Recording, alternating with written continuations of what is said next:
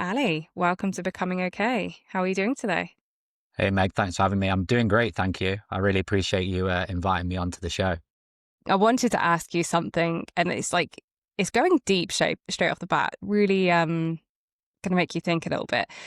But when we first had our conversation, something that really stuck with me was you saying that you are probably one of the most resilient people you know. And I think so many people strive to want to be more resilient or whatever that definition of resilience means to them. Maybe we'll start there actually. Maybe we can just break down like what does being resilient actually mean to you? It's an interesting start and it's Mm, an interesting question, and it's obviously quite a broad thing as well. So I can only speak from my own experience and how I've built my own resilience and become a more resilient man and human being. And I'd probably start off with this. It comes through experiences. So you're only going to become more resilient and develop your level of resilience through experiences. And most importantly, when you have those experiences, it's taking something from it. So that could be a lesson, it could be a piece of wisdom, it could be something that you're going to do differently next time. And I think what happens with a lot of people, and we'll get onto this later on, but the work that I do in my coaching is solely with men, with guys.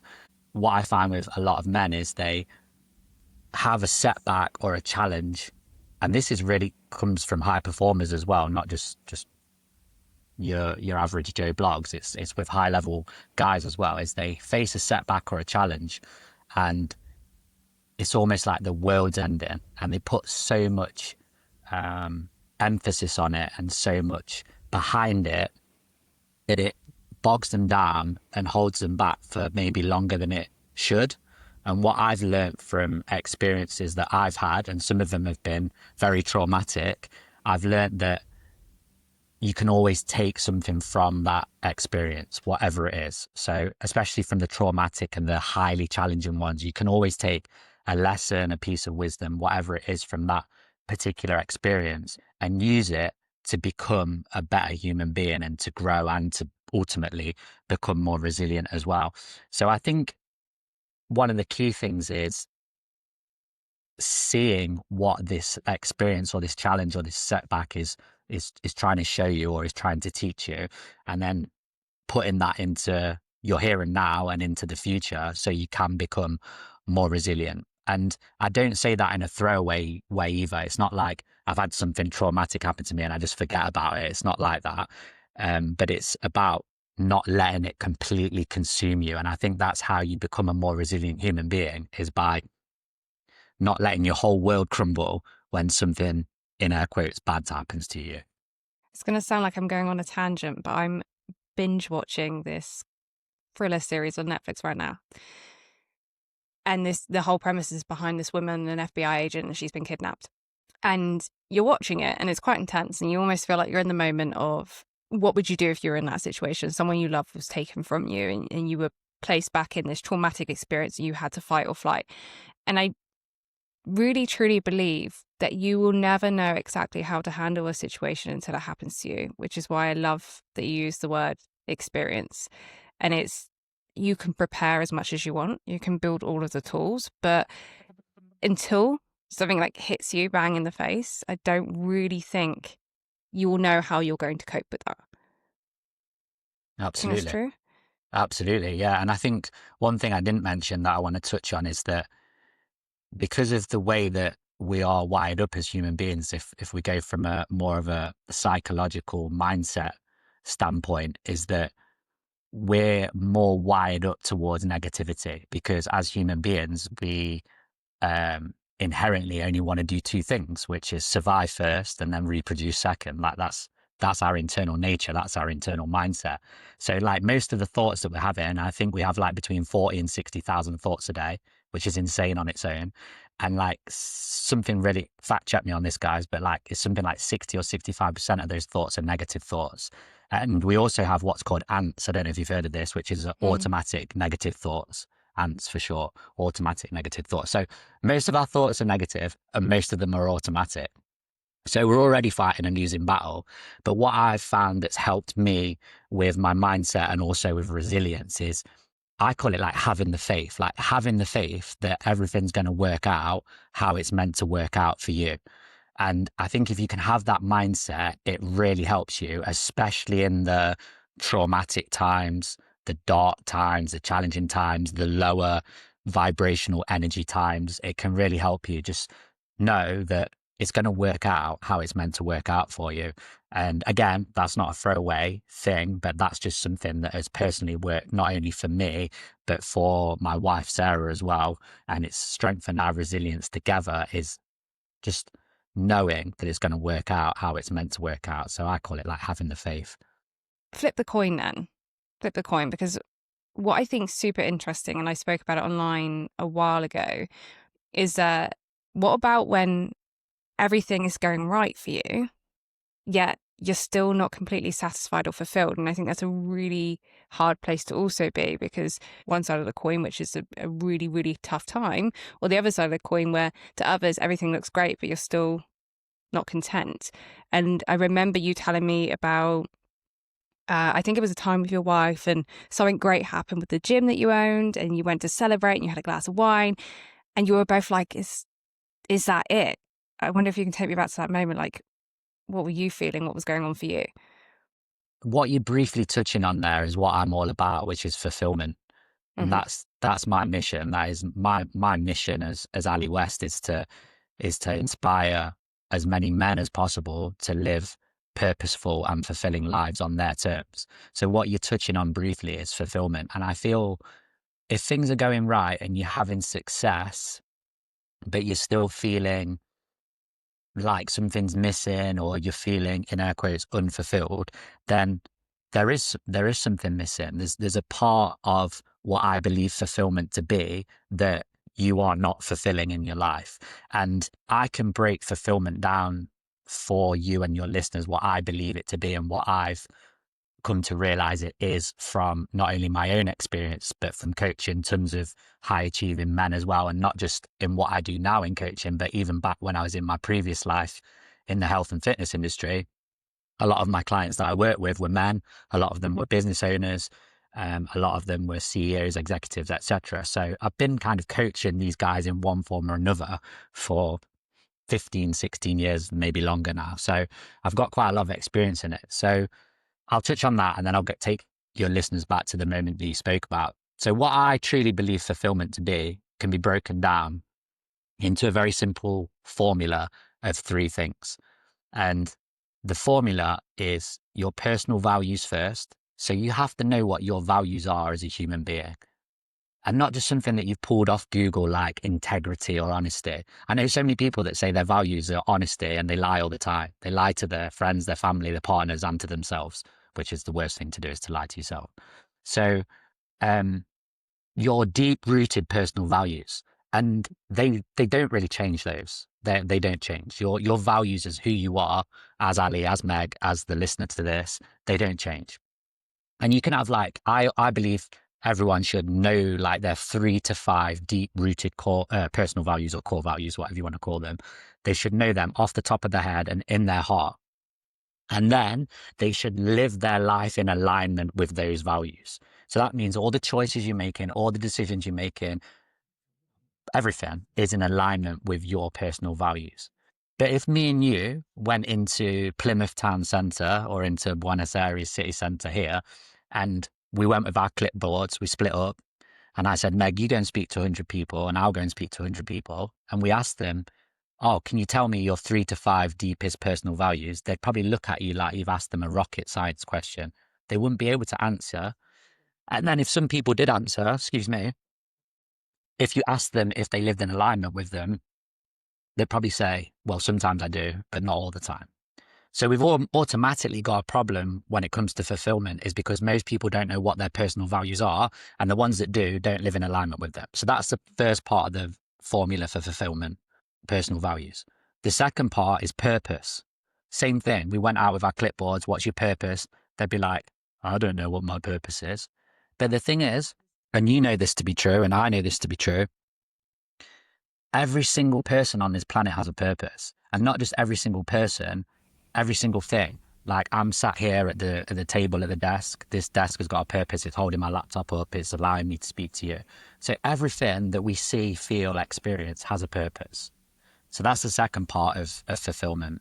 And again, living your life in alignment with your purpose. And then the third part, and this is one that more people have figured out, but again, are they living in alignment with it, is impact. And it's not just the impact that you're creating for other people, for the external world. It's also the impact that you're having on yourself, which is arguably more important. And we're going to come on to another belief that I hold strongly in a second related to that. So if we've got our personal values nailed down, we know what they are, and we're living our life in alignment with them. If we've got our purpose nailed down and we're living our life in alignment with our purpose, and we know our impact that we want to create on the external world and the internal world, and we're living our life in alignment with that, then that equals fulfillment.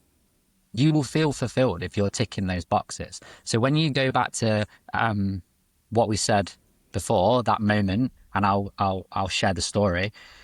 In 2018, we were in a real tricky spot with our gym. We'd got rid of a toxic ex-business partner, me and my wife, out of the gym. Got rid of him through like legal action and a few other things. Managed to get him out. 2018 was starting to like recuperate things in the business, look at finances, all that kind of stuff. And we went about getting a silent investor or a separate business partner that wouldn't really have any impact on the day-to-day operations, but he would be able to invest some money into the business. So through my network that I'd built, I managed to find that said person, an investor, and we said, oh, when he signs the documents and all that, and then we get to this certain level of revenue within the business, like everything's going to be awesome and we'll feel great. So he signed the documents. We got to a level of revenue that we were aiming to get to at that point in 2018. We went over the road to the pub after we'd closed the gym down, me and Sarah, my wife. We sat there, got the wine, drank it, and was like, yeah, it's going to be a big celebration. We cheers and was like, do you feel any different? And Sarah was like, no. And was like, we don't feel any different. And if we go back to my fulfillment formula, and my company, my coaching company is called the Fulfillment Formula. If we go back to that formula that I just shared with you and your audience, that was down to a couple of things. One, the impact side of the formula that we were trying to create wasn't really aligned.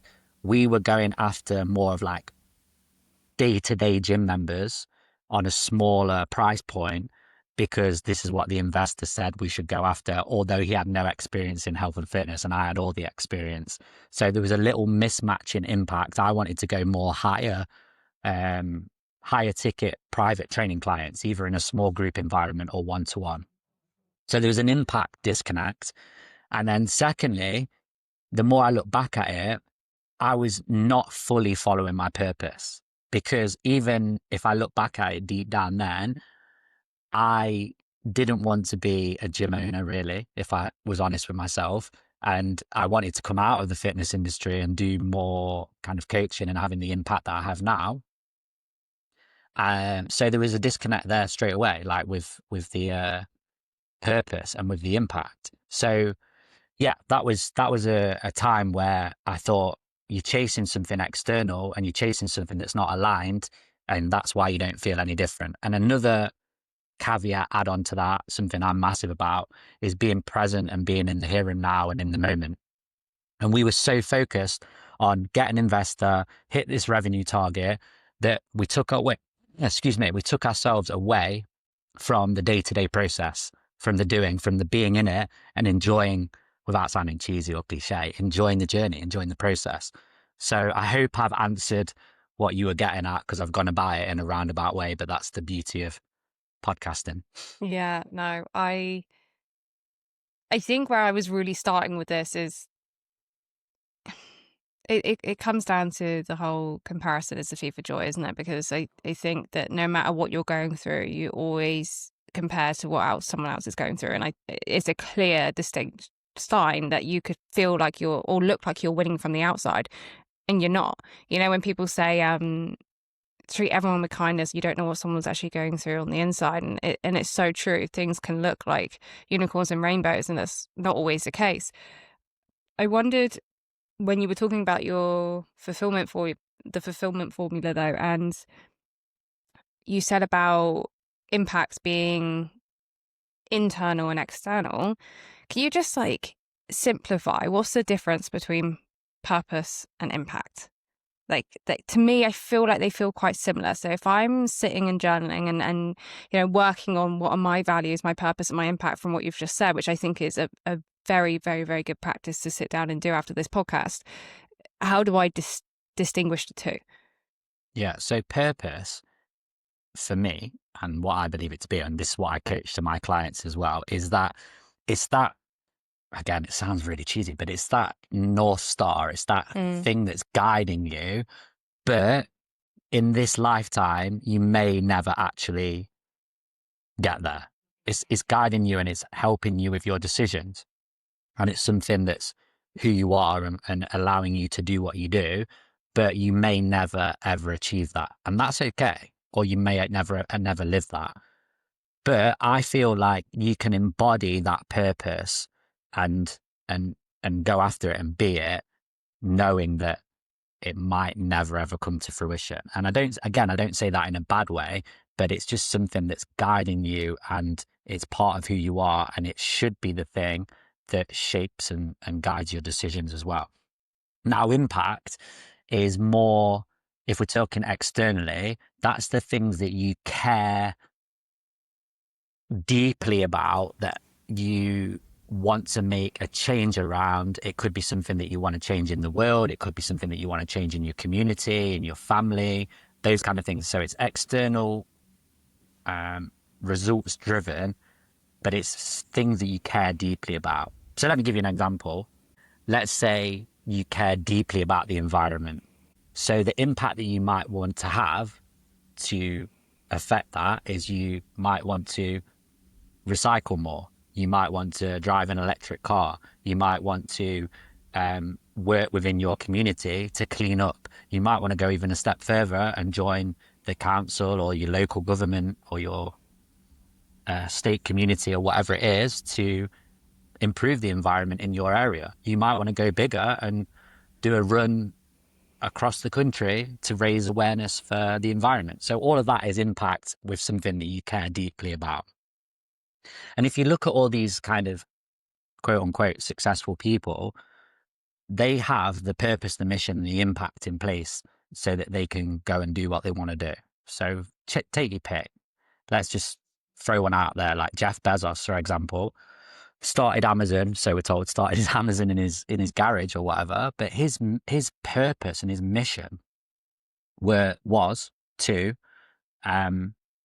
online books. He was to like help people have online books. He knew that bookstores were kind of drifting away and they were a thing of the past, and he wanted people to be able to access the best quality books as fast as possible, and fulfill that. That was his mission before he branched out into other things. And the impact that he wanted to create was he wanted to make sure that there was no middleman, there was no slow process of walking to the bookshop. You could just go online, order whatever book it is, and it gets delivered to your door. So that's like his external impact. He saw the gap, he had the mission, he had the purpose, and then he branched out from there. So that's an example of somebody that's highly successful, one of the richest men in the world, that has had those things in place that I spoke about earlier: values, purpose, and impact. And he's gone after that and lived his life in alignment with it and made the decisions around that. Okay. And it's like anything that you see when it comes to visualization, manifestation, gratitude, journaling. What was your first step? So when you figured out what your value, your purpose, your impacts were, what next? Like, how does someone transition from having the dream and creating the plan to becoming the success? And I'm not saying that we all become Jeff Bezos, but I'm saying like their definition of success. How do you turn that idea into action? You just said it. You just nailed it. That A word, action. That's how you do it. That's how you do it. How many people? I don't know if you go to the pub, but when I was back in the UK, I used to like to go to the pub, sit in the Yeah. pub, have a pint, have whatever, and chat with people. How many people do we know that sit in the corner of the pub or sit in the pub and say, got this amazing idea, this is going to change the world, oh, this will make me a billionaire, etc., etc. And then 25 years later, they're still sat in the same corner saying the same things because of Mm-hmm. one thing. They haven't taken action on it. For many, many reasons why people don't take action. And that's a whole podcast, a whole presentation, a whole book on its own is why people don't take action. And we can touch on those things if you want to. But you just nailed it with what you said is that taking action. Action is the antidote to everything. Like I sign off all of my emails to clients with JFDI, which stands for just fucking do it. So I don't know if I'm allowed to swear, but I Yeah. just did. Sorry. So yeah, JFDI, just fucking do it. Take the action because that's the antidote to everything. So yeah, how do you take the idea or the visualization or whatever into reality? It is action taking. It's inspired action. Yeah, because Mm. you can take action. Picking up my phone and going on Instagram and scrolling is taking action, but is it inspired action? Is it aligned action with the things that we said earlier? Like, is it part of my values? Is it part of my purpose? Is it part of my impact that I want to create? Probably not, unless it's intentional. I'm connecting with people or whatever it is. So yeah, we can take the right action or we can take the wrong action, but the right action is what I call, what Bob Proctor calls, what Tony Robbins calls, what Jim Rohn calls inspired action. So yeah, that's that. And also, where a lot of people go wrong and a lot of men go wrong is they go after the external stuff first.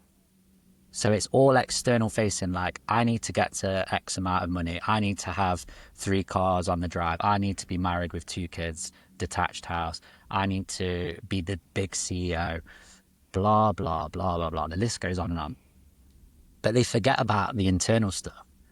And without sounding like a hippie, your external world is mirrored from your internal world. So whatever's going on inside will be mirrored on the outside. And I've got a specific client that I'm working with at the moment. We're working on this exact thing because everything that he's saying is all centered around the outside.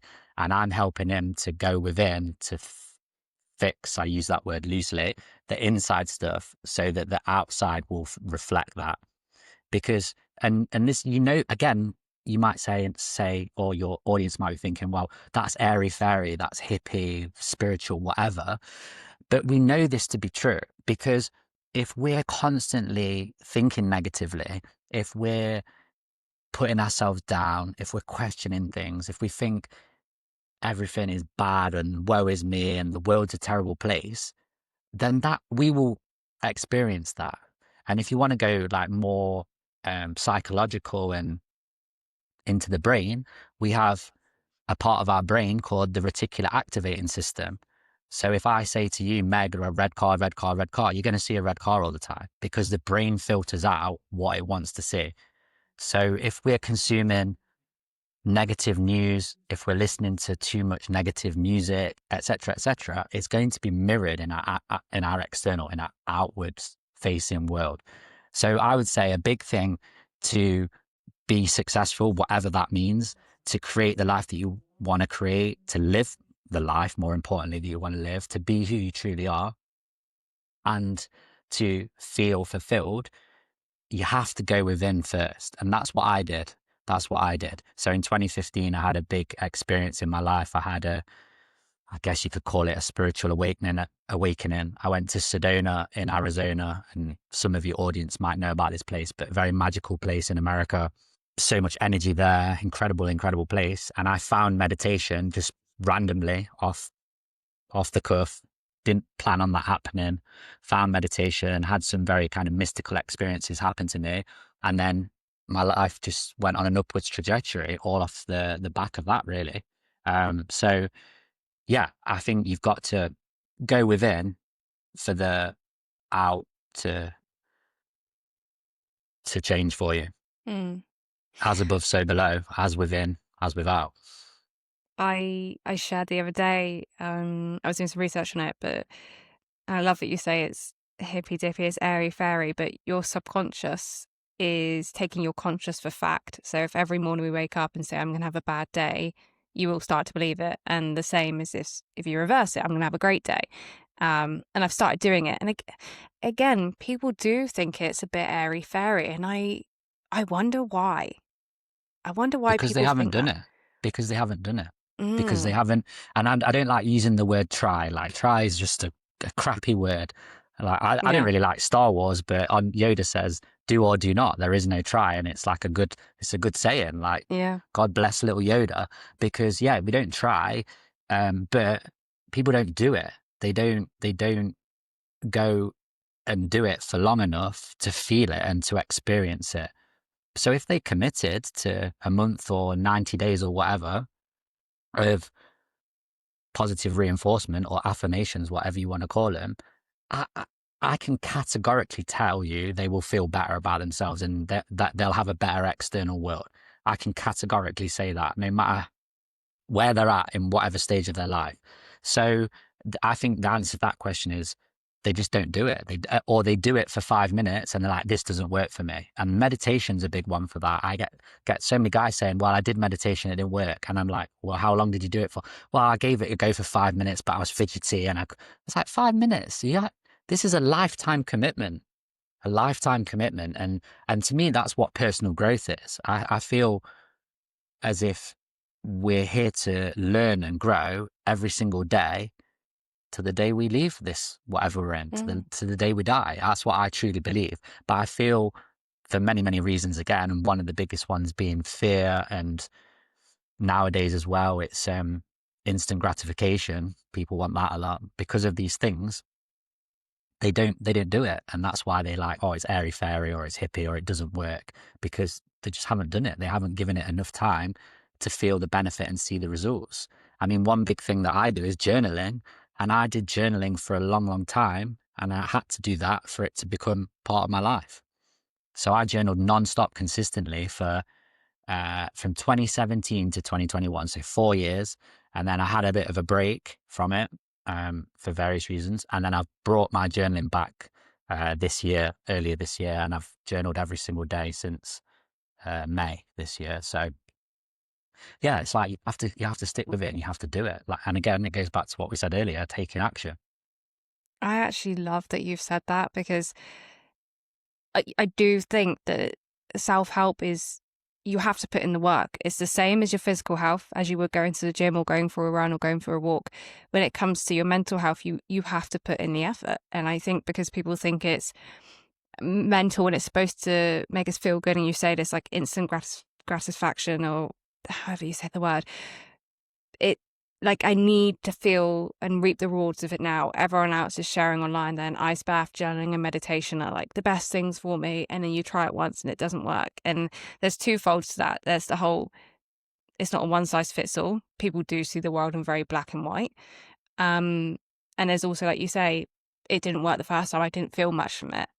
But the more you keep going at it, the more you unravel these things about yourself. And it's like, well, why would you think it would happen overnight? You're doing something that was never your norm. It's not comfortable. If you're not someone that doesn't journal at all, how are you expected to pick up a pen and put it to paper and instantly feel, oh, this is magic, you know? And I think, and this is for another time, but this is the whole problem we have with medications and things like that for mental health, I think, Mm. because they are quick fixes. And we want everything yesterday. And especially when we're in low places, we just want to feel numb and we want it Feel to better. stop. Mm. Yeah. Yeah. Also, one thing we didn't mention and I didn't mention, so I need to tag this on before I forget, because Hmm. I'm like you, I always make notes because I always forget. But um, another reason why people don't do these things, like the things you're saying, I'd label them up as self-care practices. So Hmm. meditation, journaling, exercising, the list goes on and on, ice baths, whatever. Another reason why people don't do them or don't stick with them is because um, the the results or the data or the metrics aren't always there to be seen. Do you know what I Yeah. mean? They're not always like tangible, so you could say. So you'll notice when journaling and meditation is helping you when it's in just day-to-day moments that you have a bit more patience. Somebody cuts you off in traffic and you don't get stressed like you used to. These kind of little moments is when you'll notice those things working for you. Whereas like if I go and buy a car or a watch, you can see that it's quite tangible and you feel it and you feel good about it for a little bit. But we all know that that feeling is fleeting.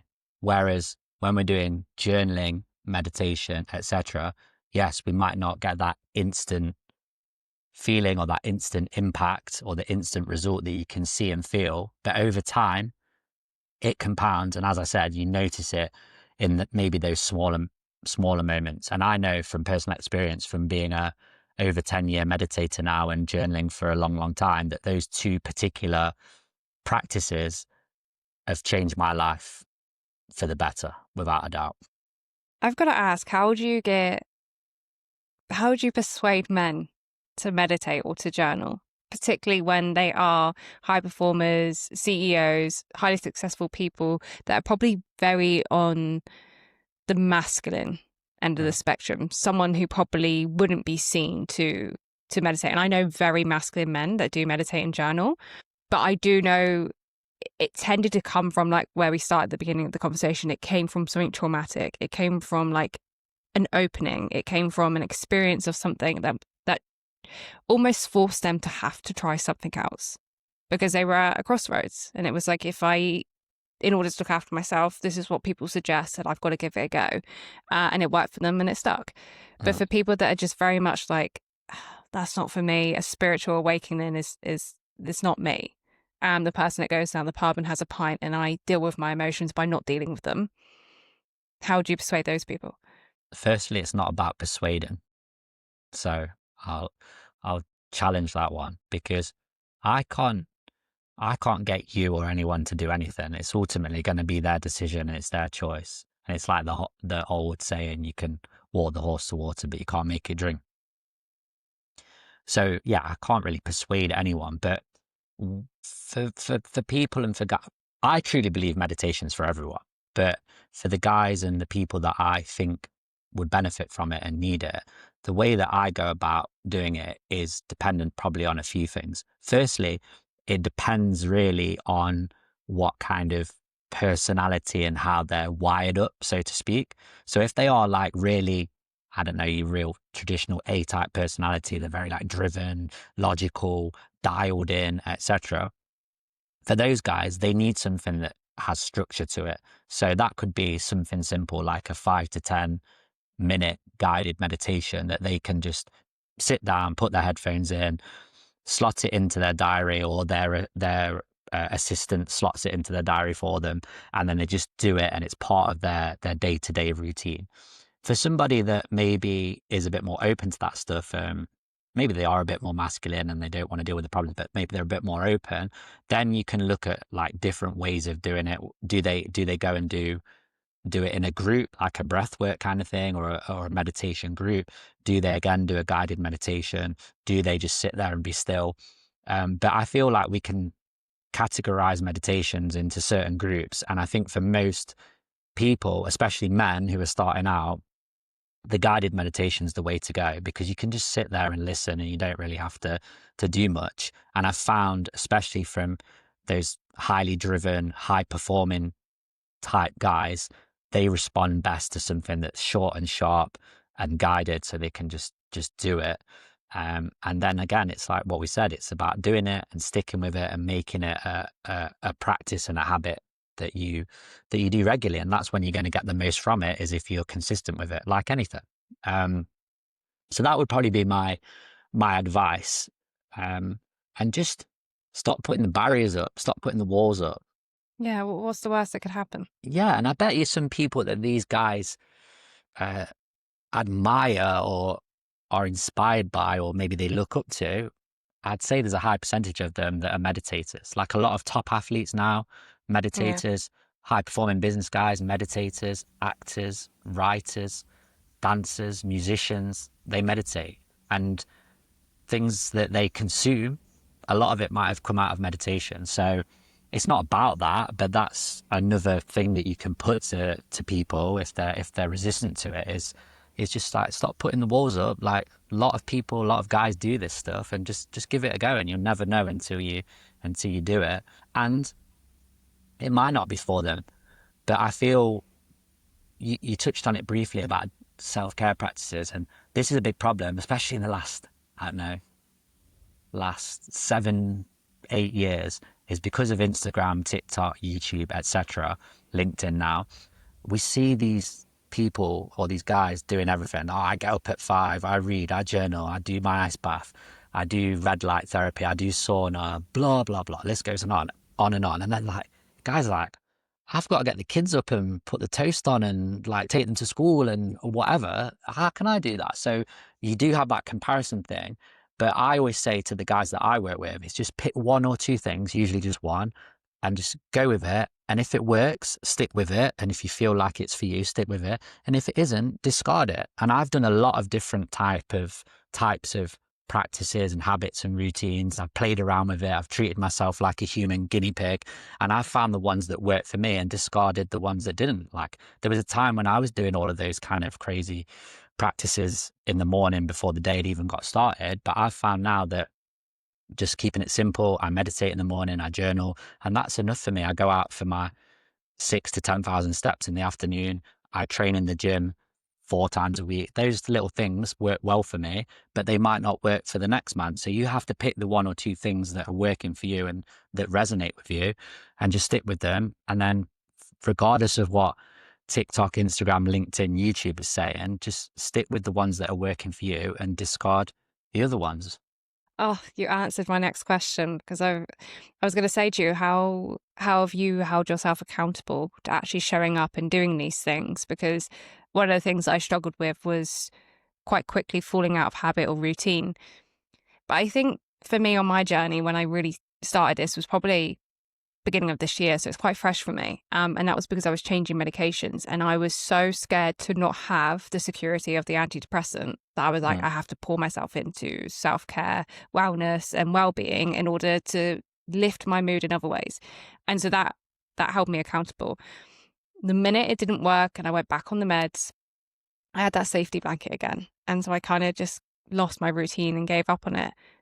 But I do think one of the things that was against me was I was so overwhelmed by having so many things I had to do that day. I was reading, I was doing meditation, I was then trying to do yoga, and I was going to the gym, and I tried to do gratitude and journaling and healthy diet. And I pulled all these things into my day. And then I'd go to sleep, wake up, rinse, repeat. And I lost the love for it. And Exactly, yeah. I didn't need it anymore in my head, because I was like, well, I've got the medication now. So, and I think that's probably a key thing, isn't it? Into holding yourself accountable, is to also not overwhelm yourself in the process, because it will do the complete and opposite. it's a massive problem, and it's something that I've suffered from, so I can speak from experiences. And even now, my wife tells me off, Sarah tells me off. She's like, stop being so extreme, because I think especially when you're driven, when you're ambitious, when you're entrepreneurial, when you've got these kind of traits, you can be very extreme, all or nothing. But also, we're very guilty of overthinking, getting overwhelmed, spreading ourselves too thin, spinning too many plates, all of these kind of things. So what's the medicine to that, or the way to combat that is to narrow the funnel, is to not do so many things, because when we're not able to, I think it's proven now that we can't multitask. Like, maybe women can do it, but guys can't multitask. We can only do one thing at a time. So just hone in on that one thing, do that to the best of your ability, and then move on to the next thing. But that's the thing. We try and change so many things all at once, and we try and do so many things all at once that it just becomes a problem. It becomes more beneficial it becomes more of a detriment than it becomes beneficial to people. So yeah, I feel a big thing for your audience to take away is just one thing at a time, and stick with it, and be kind to yourself. That's another thing. We beat ourselves up all the time, especially guys. It's like, oh, well, I didn't meditate. So what? You didn't meditate today. There's always tomorrow. Like, and that's another thing that I often say to my clients when I'm on one-to-one coaching calls with them. Because they're so driven, and a lot of them have got highly successful businesses. They'll be like, Ali, I missed this out today. And I'm like, so what? Like, just don't let it roll over, because it's okay to fall off the wagon. It's okay to do that. But it's not okay, in my opinion, to stay falling off the wagon, for it to continue. And that's a big problem that most people have, is they fall off the wagon, they think their whole lives ended, and then they don't get back on that wagon, or they get back on it 3 or 6 months later, and then they beat themselves up even more, because they say to themselves, I should have got back on the wagon 2 weeks after it happened, or a day after it happened. So I always say, if you fall off the wagon, it's okay, but just get back on it as soon as possible, and then keep going and keep the momentum. And that's quite nice that we've come around to that, is because that ties back into what we started with the resilience, is that we let these little things and big things, little and big things, just consume us and overtake us. Whereas if you have that mindset of, I can get back on the wagon, it's okay, I'm going to learn the lesson from it, and also everything's going to work out how it's meant to work out, then you'll feel better about yourself, you'll be kinder to yourself, you'll have more resilience, and you'll grow and experience a lot more personal growth. I've got to ask, someone like yourself that is very similar to me, very driven, does things to extremes. Like myself this year, for example, I've spent 11 out of the 12 months work, work, work. And then December came around, and I'm just like, right, I can't do no more. So I'm working, but I'm working at a slower pace.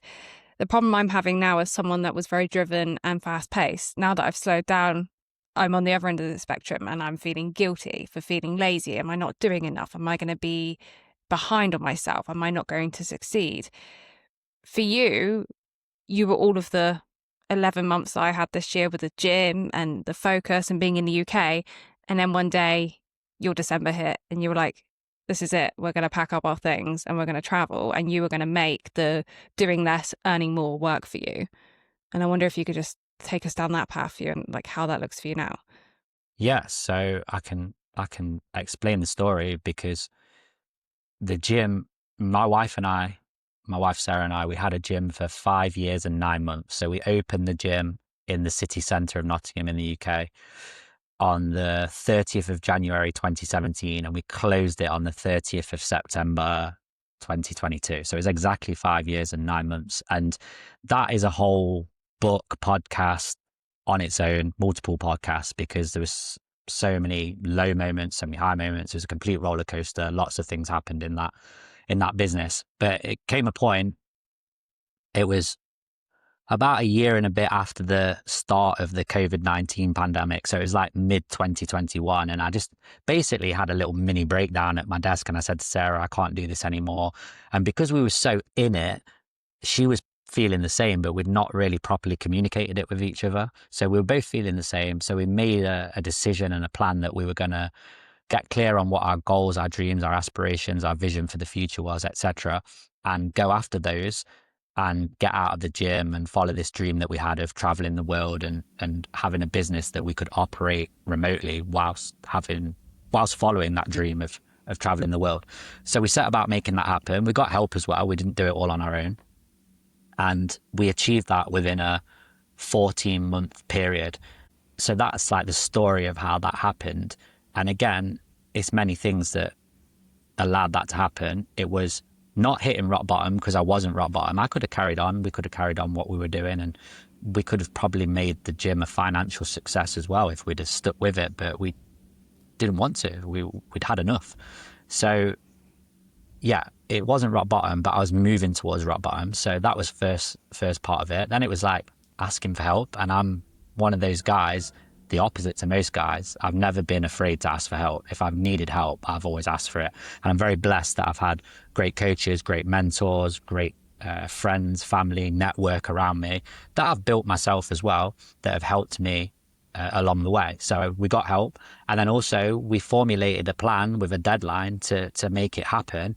And then, as we spoke about earlier, we took action on that plan, and within we set ourselves a 16-month target out of the UK by the end of 2022, and we achieved it with 2 months to spare. We left the UK on October the 20th, 2022, and we've not been back since. I'm currently in Argentina, 11 countries deep, and best decision we ever made. So that's kind of the really shortened version of how it happened and how it went about. and you can correct me if I'm wrong, but what you're getting at here is if you're always on and you feel guilty for being off, so you're again like a workaholic, or you find it difficult to switch off, how do you counteract that? Is that what you're getting at? Yeah, I think for Okay. me, like your lifestyle, how you live now, and being able to go out in the afternoon and do your 6 to 10,000 steps. Like, I'm self-employed.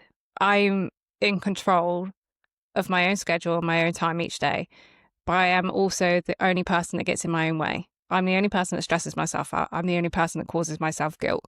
And it's because I'm stuck in this loop of my mind of everything I've seen online in order to be successful is you have to work 24/7.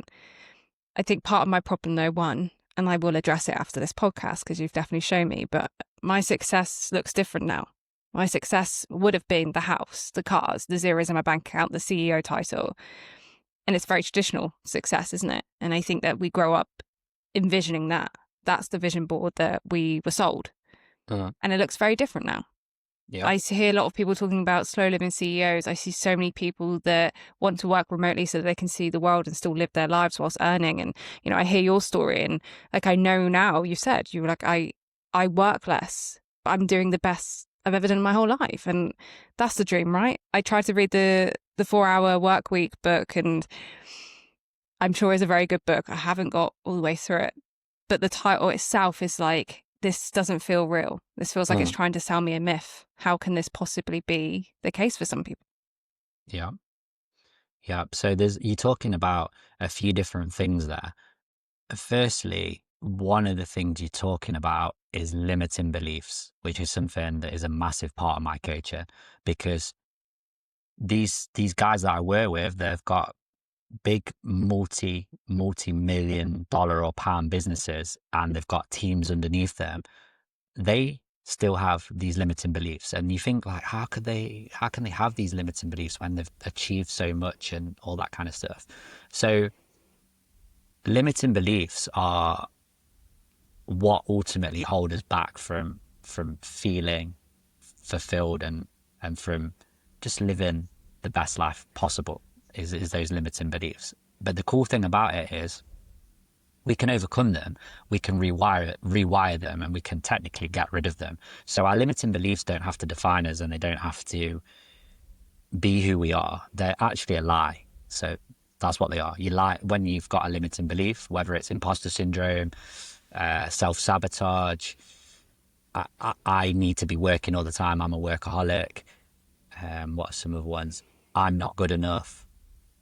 I'm an overthinker. The list goes on and on. There's so many different types of limiting beliefs, but they're not true. They're just lies. They're just lies, and it's a story and a narrative that you've told yourself. And you said it earlier, you're just basically, literally programming your subconscious mind, and then that gets acted out consciously.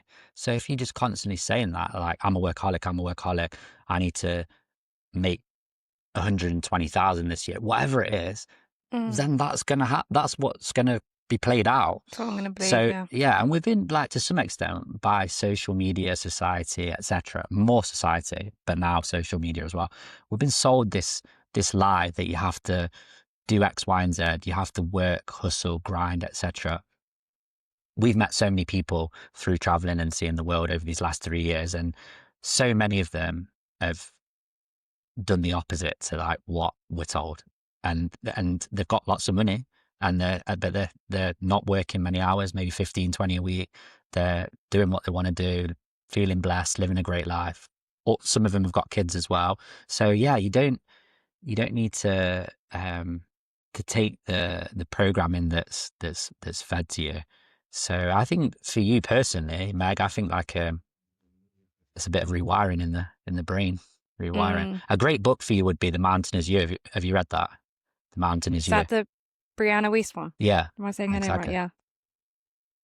So if you have read it, reread it, and if you haven't, read it. I haven't. I gifted it to my mum. Okay. Should have bought it for myself. Yeah, read that, because that'll help you and a lot of your audience in a massive way, because that's all about getting out of your own way, basically, and how we can reprogram it and change it. So yeah, it ultimately comes down to, a lot of it comes down to like, what do you really want? And I don't feel like enough people and enough guys especially peel away the onion enough to get down to what they truly desire. And some guys, it's just, yeah, I just want to work less and spend more time with my family. And that's amazing. And I'm like, how far away are you from that? And they're like, actually not that far. And I'm like, well, what we doing here? Like, what, let's do it. Like, and there's always these little barriers, these limiting beliefs, these things, these societal expectations. And that's another thing that I like to say and I like to put out is that sometimes your dream life isn't as far away as you think it is.